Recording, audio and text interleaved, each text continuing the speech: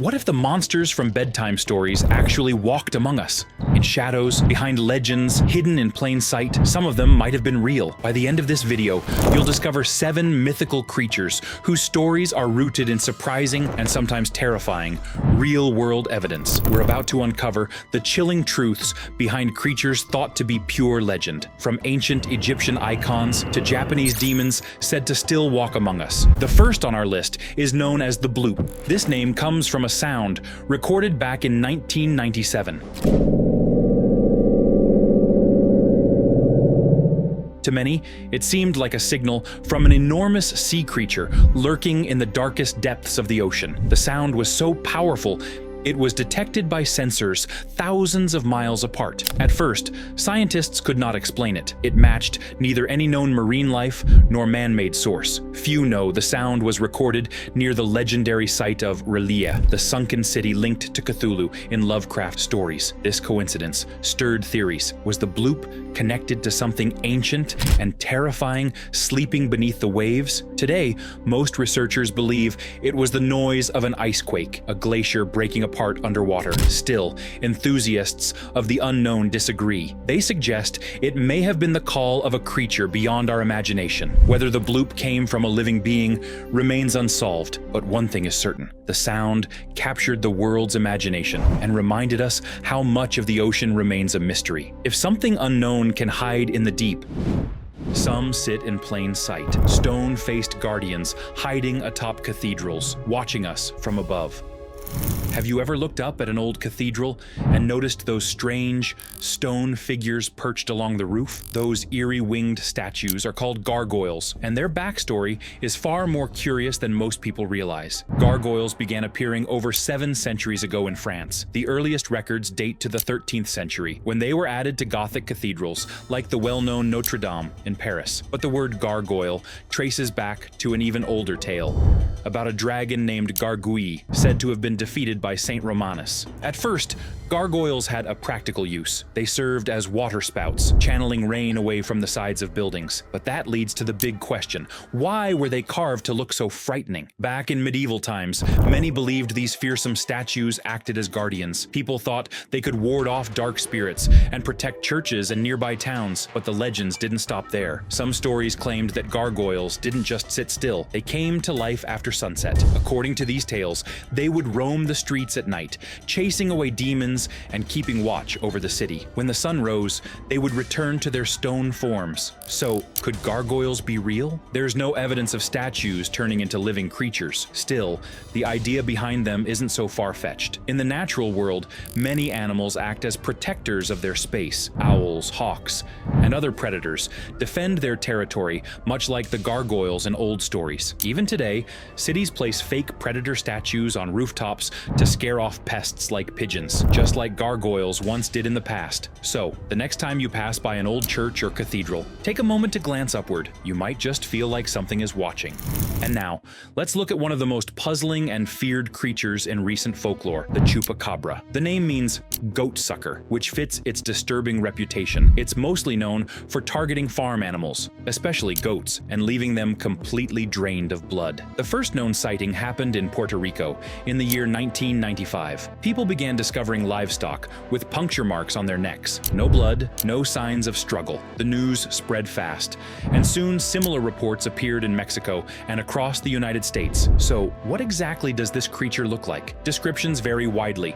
Some say it's no bigger than a medium-sized dog. Others insist it stands as tall as a human. Its skin is often said to be gray or covered in rough scales, with glowing red eyes and a row of sharp spines along its back. There are even accounts of it hopping like a kangaroo. A few people claim they've seen the chupacabra themselves. In some cases, strange footprints, unlike those of any known animal, have turned up in remote areas. Farmers have reported hearing chilling sounds at night. Online, you can find blurry photos and shaky video clips that people claim show the creature, but whether any of them are real is still debated. So, is the chupacabra just a legend? Many scientists think the explanation may be far more ordinary. In most cases, they believe the animal behind the attacks might actually be a coyote, suffering from a severe skin disease called mange. This condition causes hair loss, skin damage, and an overall appearance that could easily be mistaken for something more sinister. But even with that theory, people keep discovering strange remains and unexplained markings, and that's enough to keep the mystery alive. But not every legend stalks the night. Some, like the next one, rise from fire and return stronger than before. Have you ever heard the tale of a bird that never truly dies? Let me introduce you to the phoenix, a legendary creature that doesn't meet death in the usual way, but instead is reborn from its own ashes. The earliest references to this bird go back over 4,500 years to ancient Egypt, where it was called Bennu. Over time, the phoenix came to represent eternity and the cycle of renewal. According to myth, once every 5 centuries, it builds a nest, sets itself aflame, and from those ashes, a new phoenix emerges, reborn and even more powerful. Its tears are said to heal any wound, and its feathers are believed to offer long life. There have been rare accounts in history of sightings that people claimed resembled a flaming bird. Some travelers spoke of a brilliant red creature with golden wings flying overhead. In 1862,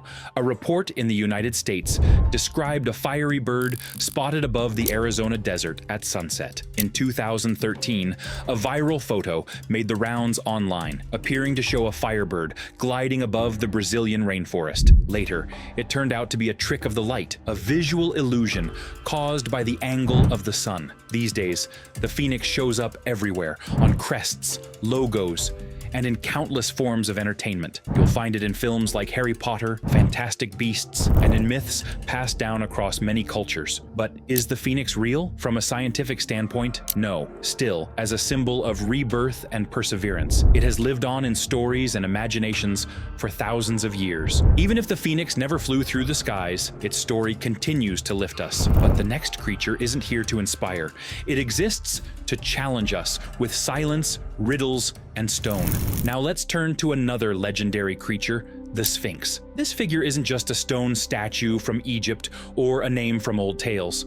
The Sphinx is a mythical beast with deep roots in ancient legends, known for its riddles, its silence, and the challenges it represents. In Egypt, the Sphinx was carved in stone, shown as a lion with a human face. The most iconic is the Great Sphinx of Giza, built around 2,500 years before Christ. It was believed to stand guard over royal tombs, watching across the sands through the ages. But in ancient Greece, the image of the Sphinx shifted. There, it was imagined as a winged creature with the body of a lion or dog and the head of a woman. This version didn't just guard places, it tested those who passed, often with riddles that held life or death consequences. So, have there ever been real encounters with a Sphinx? Naturally, the creature itself is a myth, but its image is everywhere. Sculpted sphinxes can be found on bridges, at museum entrances, and along historic buildings. Online, you'll even come across photos or clips where people claim to have seen one move or breathe, but most of these are illusions, camera tricks,